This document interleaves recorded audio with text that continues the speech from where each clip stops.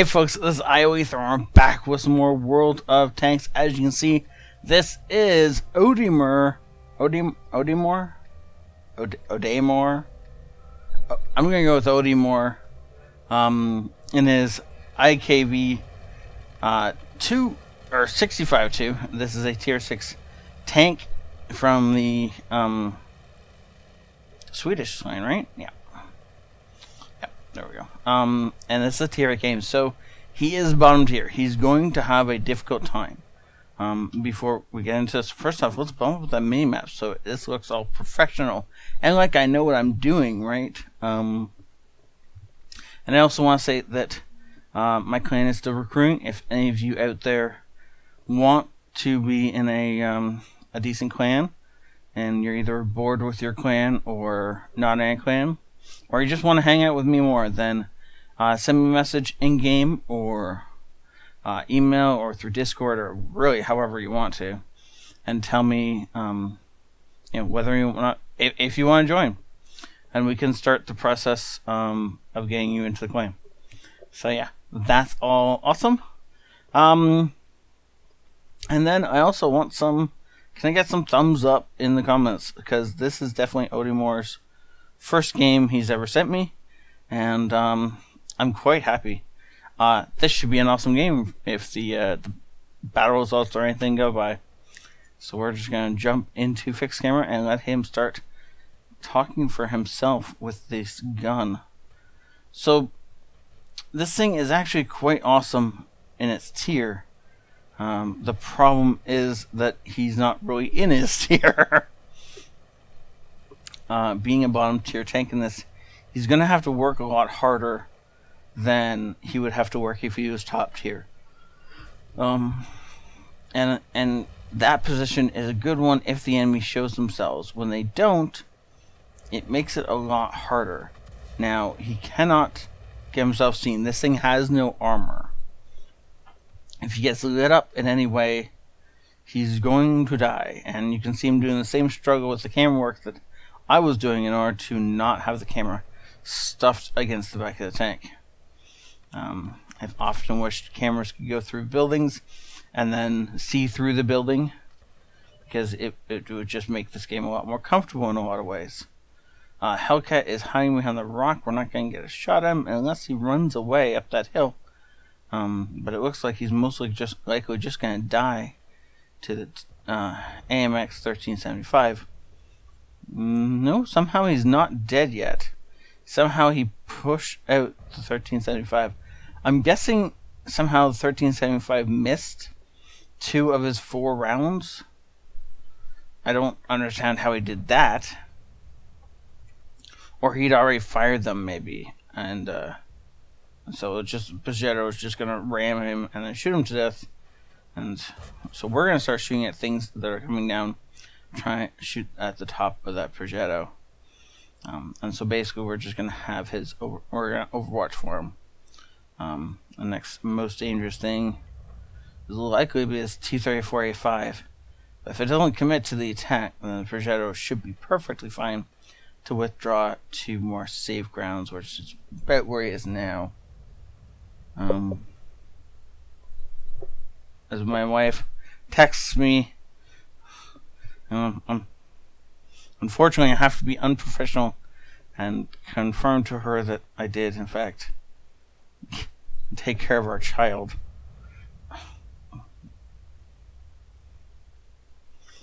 My phone decides it doesn't want to cooperate. Of course not. I can't,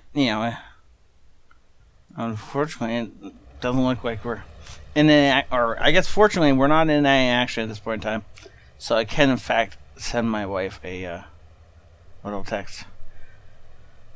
Sometimes I wonder if she thinks I'm an idiot or not, or if she just is constantly freaked out about everything. At this point in time, maybe he wants to start pushing up, but with E8 that close, I think he's actually trying to find a spot to ambush whatever's coming across here. Yeah, that Waffen target is about to die. It does in fact die. Now, yeah, EA is going to start pushing up that hill. The problem with this position is that unless there is somebody else out here other than this KV-85, who I assume is AFK actually. Wait, is that KV-85 AFK? No, I guess he's not. But anyway, so because he's so far back and we can't see through any of these bushes, yes, the enemy can't see us, but we can't actually see them either, so we can't spot for ourselves. The better thing to do is either have an ally push up so they can spot for you, or push up into these bushes yourself. I'd recommend like this bush, spot for yourself, and then roll back away from the bush far enough back that you can't see through the bush anymore, but you can still see the outline, fire through, and kill the enemy. Look, E8 in the open, dead E8. Good job. Now the IS-3 is like, wow, the E8 died. I wonder how that happened. As long as we don't fire right now. Yeah, we're definitely late now. If he didn't fire with the IS-3 in that gap, he would have been okay. But unfortunately he did. And now somehow he can't see the IS-3. IS-3 is over here. So maybe it's... Oh, it's behind buildings. That's what's going on. We got lucky and the IS-3 didn't shoot at us, though. That thing could take us out with 2 shots. However, we're unlucky because our entire flank on the east side of the map has collapsed already. Enemies are in our base and rolling up the rest of our team without being able to take these guys out. We're going to have a serious problem in a second. IS-3 is down. That's a good start. Looking to kill the SU. SU backs up out of cover, and we're able to take him down as well. That only leaves 2 attacking tanks left, the KV-2 and the ONI. Unfortunately, there's still a KV-2 and an ONI. So shifting positions is a good plan. I love the fact that he does in fact do that. And he shifts to a position that would help him against the KV-2 and the ONI, who are going to be looking for targets over here. Because that's definitely where we were spotted. And that's a heavily bushed zone. So it's likely... Oh. Well, one of them has decided he wants to scap. That's okay. There's a bush right there that I hope is what Buddy Moore is going for. Nope. He's not going for that bush. He's in fact going to stick it like a sore thumb.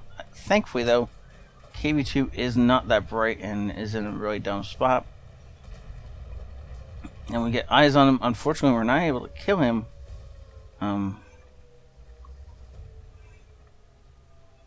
Aiming where we know he last was. Oh, wait, is that Oni stuck? Oni is definitely stuck. Don't shoot the Oni. Come on, seriously. Yes, you can kill the Oni, but the KV-2 is much closer to you and a much bigger threat. And firing heat really needs to go into the KV-2. It looks like an artillery reset the KV-2 at some point. Now we're just hoping to get far enough around the rock. There we go. And now put a shot. Nope! Into his gun. That was his, what's it called? Ooh, as he misses, but artillery's going to follow him up. Ooh, nice job. Be careful for artillery. Yep, there's one artillery. And he gets out of range of the second one. Good. And he's just going to put up his binocs and start murdering this poor Oni. And he's just going to shoot into his weak spots, which is exactly what he should be doing. He doesn't have any more friendlies, right? So he is the only guy left alive on his team. He's going to want to fix his gun in a little bit, as this Oni... Oh no! We just got spotted, or... No, we spotted something from behind. But we haven't got lit yet. No, now we have. This is a real problem. That Oni can definitely focus in on us.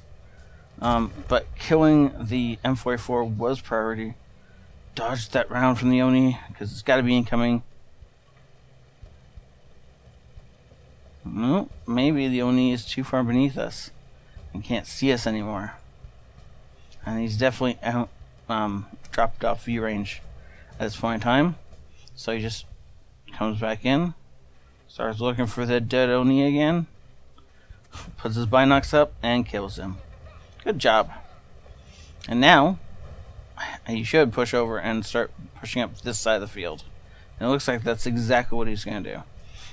If you push down here, he'd then have to push across open ground to the spot that the GW is most likely still sitting. This way, he should be able to come up on the GW with a lot more cover between him and us. And we still have 5 minutes left in this game, but you don't really want to take all that time just getting over to the GW, especially if you get all the way there and discover he's not actually in this zone anymore. Maybe he's moved up to here. He's definitely had more than enough time to do so. And so if you were to discover that, then that would greatly be a problem if you only have 5 minutes left in the game, or if you took 5 minutes to get there.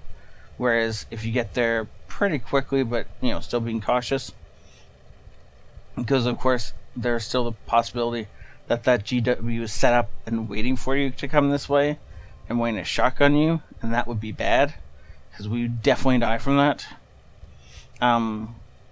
Then as long as you can get here in a decent amount of time, then you can scout it, make sure the GW is not here, and then start trying to figure out where he is. But I'm pretty sure he is in fact over here somewhere. Right there. And have we been late yet? I think not. But we will soon. Yep, lit now.